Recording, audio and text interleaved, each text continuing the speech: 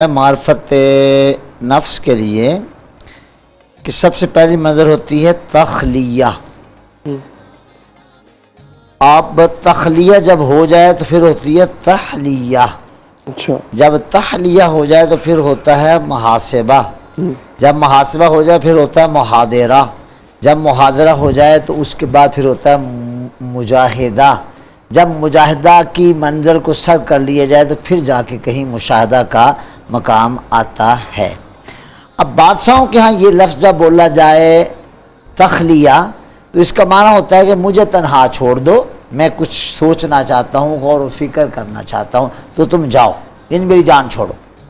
لیکن جب اللہ والوں کے ہاں یہ لفظ بولا جاتا ہے تخلیہ، اس کا معنی ہوتا ہے کہ تمہارا شیخ، عالم ربانی، کتاب و سنت کا ماہر، قرآن و حدیث کی روح کو جاننے والا تمہارے دل کو خیالات غیر سے خالی کروا دیتا ہے.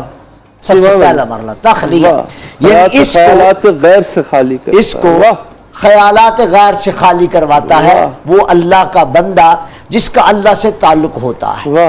اور یہ یعنی سارا کا سارا جو ہے وہ قرآن کریم کی آیات اور احادیث طیبات کا نچوڑ ہے. اب جب تخلیہ ہو جاتا ہے پھر وہ دیکھتے ہیں، دیکھو بھائی اب کیا ہے، پہلے تم آئے تھے جب تو تم اس وقت دیکھا تھا نا، اسے کچھ بھی نہیں نظر آتا تھا ادھر. اب بھی ویسے ہی نہیں کہا، آپ آنکھیں بند کر لو، آنکھیں بند کی، اب دیکھو اب یہاں پر آفاق نظر آنے لگ گئے. اب یہاں آفاق تخلیہ ہونے کے بعد اب پھر ہے تحلیہ. تحلیہ کا لغوی مطلب تو ہوتا ہے زیورات پہننا. بعض جو جہلاء نے اس کا معنی یہ لیا کہ کانٹے پہن لیے، کڑے وغیرہ پہن لیے، چوڑیاں پہن لی، اور یہ کہا جی یہ ہے تحلیہ. بزرگوں نے کہا نہیں، یہ تحلیہ نہیں ہے. تحلیہ یہ ہے کہ 5 وقت کی نماز فرض، اس کا زیور پہنو، تلاوت قرآن کا زیور پہنو، سچ بولنے کا زیور پہنو، کسی کا حق نہ مارنے کا زیور پہنو، کسی پر ستم نہ کرنے کا زیور پہنو. اگر تمہیں اقتدار و حکومت ملا ہے تو سمجھ لو کہ آج تمہارے پاس بڑا زور ہے، کل یہ زور جا سکتا ہے. آج تمہارے اشارہ ابرو پر تبدیلیاں آتی ہیں، کل تمہیں لوگ بدنام کر سکتے ہیں. لہذا اپنے آپ کو تحلیہ میں رکھو، یعنی اللہ تعالیٰ کی عبادات. اور سب سے بڑا زیور پچھلے پہر اٹھو اور نماز تہجد کے لیے قوموا للہ قانتین کھڑے ہو جاؤ. پھر تنہائی میں کوئی بھی نہیں ہے، کہو یا اللہ میں نے یہ بھی کیا، یہ بھی کیا، یہ بھی کیا. اقرار ہے مگر لوگوں کے سامنے جا کر نہیں کرنا ہے اقرار، لوگ تو جوتے ماریں گے. اللہ کے سامنے اقرار کرو، اس سے معافی مانگو. اب تحلیہ بھی ہو گیا، یعنی عبادت کے زیورات بھی پھیلیے. تحلیہ ہو گیا، اب آؤ جی میدان میں کیا کرنا ہے، محاسبہ. لوگوں سے نہیں محاسبہ کروانا کہ آؤ جی یہ محکمہ بنا ہوا، آؤ محکمے کے سامنے آ کے نا تو بتاؤ اپنا کہ یہ تمہارا ہم محاسبہ کرنا چاہتے ہیں. اللہ اور اللہ کے رسول، صحابہ کرام، ائمہ اہل بیت رضی اللہ تعالیٰ عنہم اجمعین نے صلی اللہ تعالیٰ علیہ وآلہ وسلم نے بتایا کہ محاسبہ وہ تو کمال نہیں کہ لوگ آپ کا محاسبہ کریں اور پھر منظر عام پر آپ کو لایا جائے.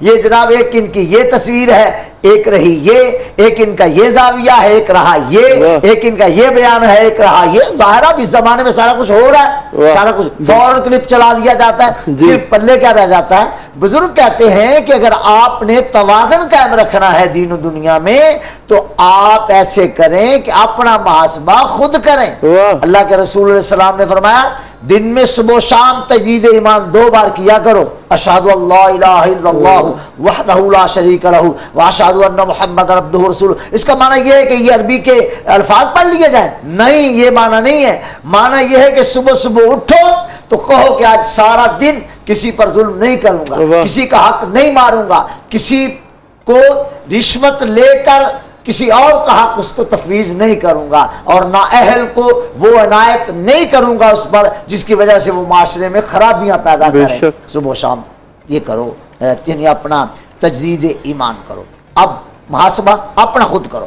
یہ تو عجب معاملہ ہے، یہ تو اب شروع ہوا ہے. صحابہ کرام رضوان اللہ تعالیٰ علیہم اجمعین، حدیث پاک میں آتا ہے ایک صحابی آگے سرکار کی بارگاہ میں، یا رسول اللہ مجھ سے غلطی ہو گئی ہے تو میں آپ کی بارگاہ میں آیا ہوں تو مجھے میرے لیے کچھ جو آپ حکم لگانا لگائیں. سرکار چپ رہے، نہیں جواب دیا، حد تک نماز کا وقت ہو گیا.